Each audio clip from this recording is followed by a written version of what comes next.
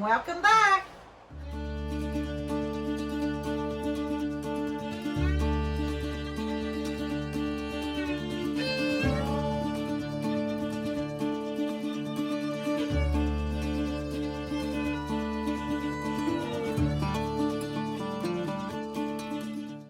Every year to making soup, that's my favorite thing to do. And I do not know why, because it's hard and it's hot work. But I get excited when we get to cut up all that stuff and smush my hands in it. I love it. And everybody wants what they call it, soup starter. But that's my favorite thing to make is soup. Debbie's too when I give it to her. Yeah, Debbie's, yeah. In the wintertime. Some eats it with beef, some eats it with hamburger, some eat it with nothing. Alton puts everything he's got left over in the refrigerator, and his two grandkids love it.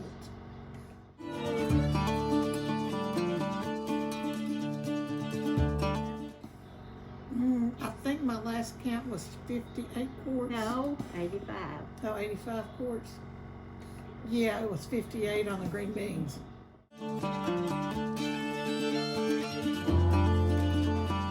I've given away. Half of it. Anybody want you? And this year, when everybody started hoarding up toilet paper, I told Mama, I said, oh no, we gotta make soup, whether make anything else or not.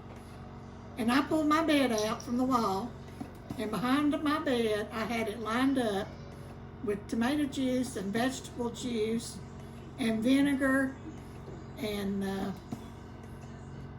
just had a little pantry in my bedroom, and I hoarded, and I'm gonna say, yes, I did hoard jar seals. That's how we live, and I hoarded jar seals. And that's how we've got by with Cannon this year.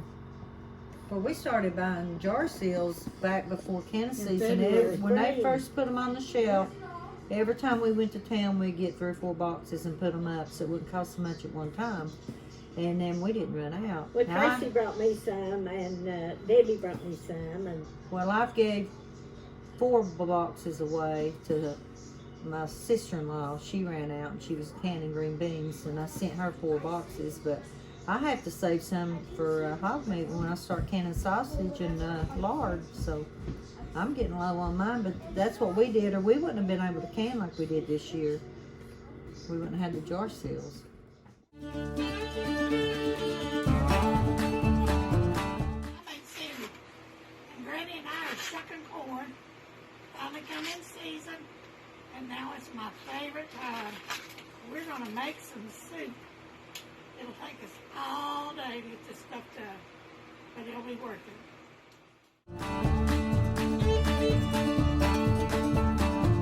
I'll tell you how hard these corn shucks are. That's supposed to be a sign it's supposed to be a bad winter. Because these corn shucks are awful tough on this corn.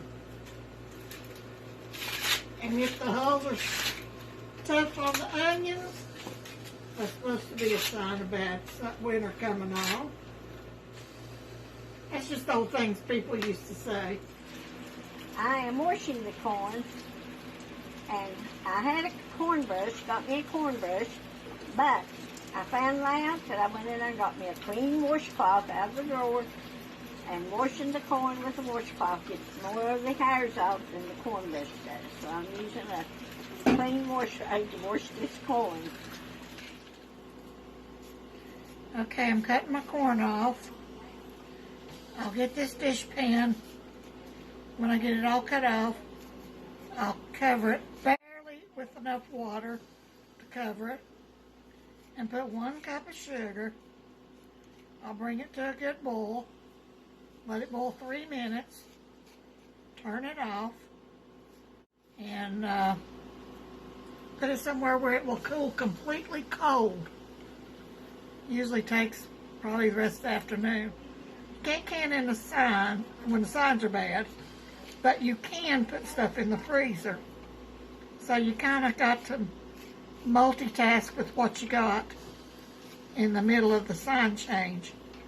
So tomorrow the signs come back in good, and it is my favorite time because we get to make soup.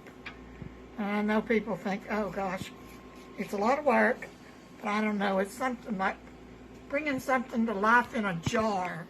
And then this winter, just don't have to put anything with it. Or you can boil you a little bit of meat and a few potatoes.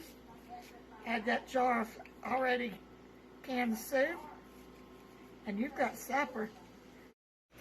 I bought a 5-pound bag of carrots, and I'm going to have to peel them all before I can start cutting them. And you just peel the skins off. If you got anybody that's got any pigs, get you a slop bucket, because all this is a real good treat for a pig, which my sister Dixie, they have pigs. Have someone that doesn't have a pig, this would be a really good composting pile too. Yep. I'm Anna. I'm the youngest granddaughter. I hold that with pride.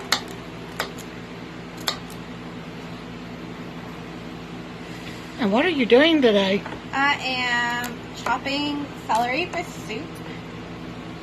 And what you want to do is, if it's kind of fat like that, you want to split it in half. And then you're going to cut some big-ish pieces, but not too terribly big, because it's going to shrink when you make soup. And I'm cutting my carrots. You'll notice I've not got a boo-boo. This is just how I cut. I protect my thumb from getting cut so I can keep on going.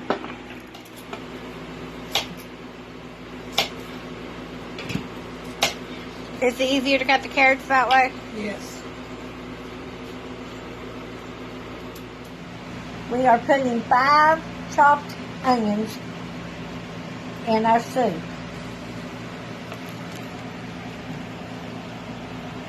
I usually get stuck with them because they make you cry, but these are the good sweet onions and they don't do that. With the signs in. You better hope it's in something good. Right. Okay, it's good. Alright, we're cutting off corn. I've got 3 dozen to start with. I hope that's enough for this first batch of soup. Okay, we're ready to add our 1 vegetable juice to 1 tomato juice.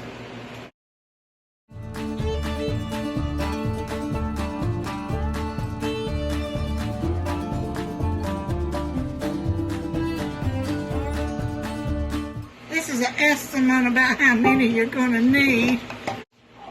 May need 3 of each. Now in a minute I'm going to put my hand down here and stir it in good to the bottom. I know I always use at least 2 apiece.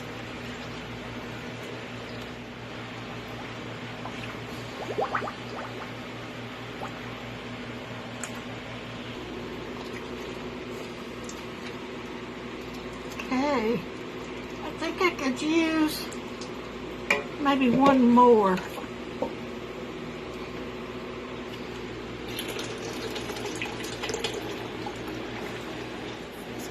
There are lima beans and our okra maw.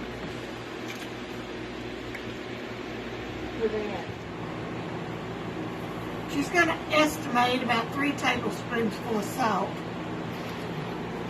Salt is a preservative. It helps your stuff stay preserved. And I did wash my arm before I stuck it down in here.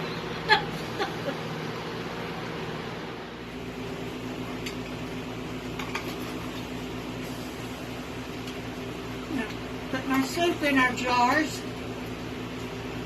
It's beautiful when you get it all mixed together. And it's going to taste so good this winter. Alton calls it soup starter. He was at his 2 granddaughters.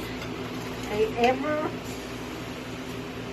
other week they called for him to make them a part of this soup. And he said, Mama, we got to have some soup starter. So I guess that's what he wants to call it. That's what it is.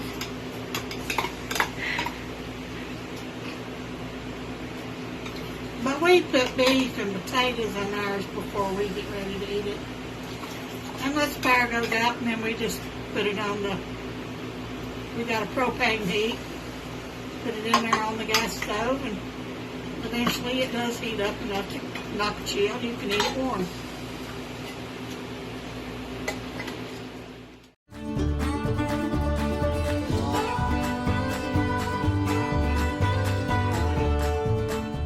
Okay, we got one on. Started boiling. In 2 hours, I'll turn it off. And the second pot, oh, it's boiling too. So it'll be right behind it.